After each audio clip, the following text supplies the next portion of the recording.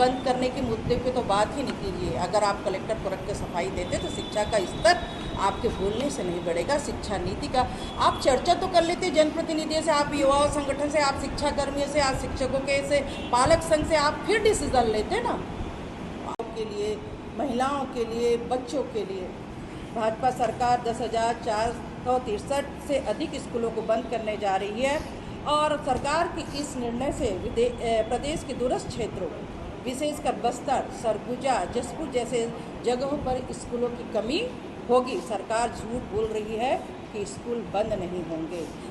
जिला कांग्रेस कमेटी के द्वारा आज जहां युक्तियुक्तकरण को लेकर प्रेस वार्ता का आयोजन किया गया, वहीं पूर्व महापौर राजनांदगांव भी इस पत्रकार वार्ता में शामिल हुई और उन्होंने पत्रकारों से चर्चा किया। इसके साथ ही प्रेस वार्ता में यह भी जानकारी दिया गया कि 10,463 स्कूल बंद करना शिक्षा विरोधी, रोजगार विरोधी कदम है। उन्होंने इसे शिक्षा विरोधी और रोजगार विरोधी कदम बताया है। इसके साथ ही कई विषयों को लेकर पूर्व महापौर ने जहां अपनी बातों को रखा, तो इसके साथ ही पत्रकारों के सवालों का उन्होंने जवाब भी दिया है। हम आपको बता दें कि आप इस वीडियो के माध्यम से देखिए कि आखिर प्रेस वार्ता के दौरान युक्तियुक्तकरण को लेकर किस तरह से बातें निकलकर सामने आई हैं, जिसे लेके खबर योद्धा पहुंच रहा है आपके पास। आपको यह जानकारी अच्छी लगे तो वीडियो को लाइक, शेयर और सब्सक्राइब करना ना भूलें।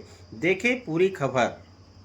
आप 45,000 पद समाप्त कर रहे हैं, 58 रिक्त प्लस 45,000 समाप्त कर रहे हैं।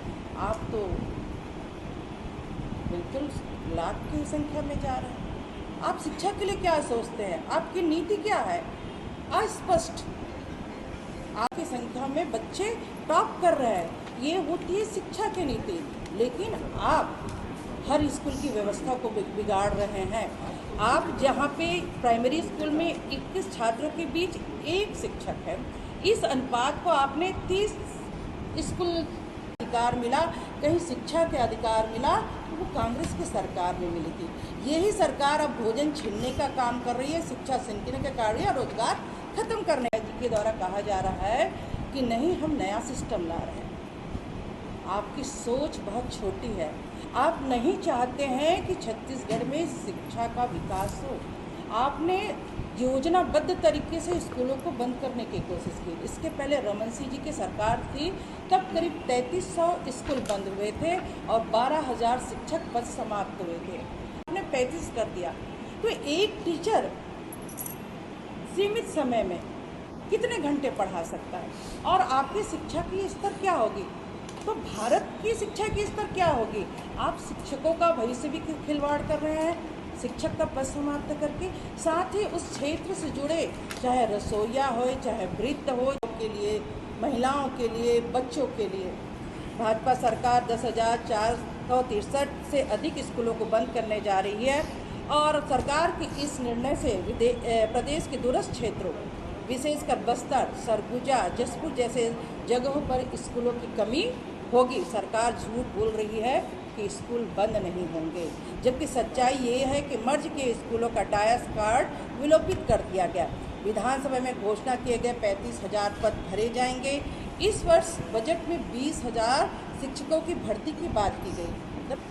आप नीति पे बात करिए, आप स्कूल बंद करने के मुद्दे पे तो बात ही नहीं कीजिए। अगर आप कलेक्टर को रख के सफाई देते तो शिक्षा का स्तर आपके बोलने से नहीं बढ़ेगा। शिक्षा नीति का आप चर्चा तो कर लेते जनप्रतिनिधियों से, आप युवा संगठन से, आप शिक्षा कर्मियों से, आप शिक्षकों के से, पालक संघ से, आप फिर डिसीजन लेते ना। आपने बिना किसी को एक साथ लिए आपने डिसीजन लिया और जो गलत डिसीजन। तो कलेक्टर के कहने से थोपी हुई चीज़ें सफाई जनता स्वीकार नहीं कर रहे हैं। जब से ये सरकार आई है 1.5 साल में ना ही इन्होंने शिक्षा को महत्व दिया, ना ही स्वास्थ्य को महत्व दिया, ना ही रोजगार को महत्व दी। सिर्फ बातें करते हैं।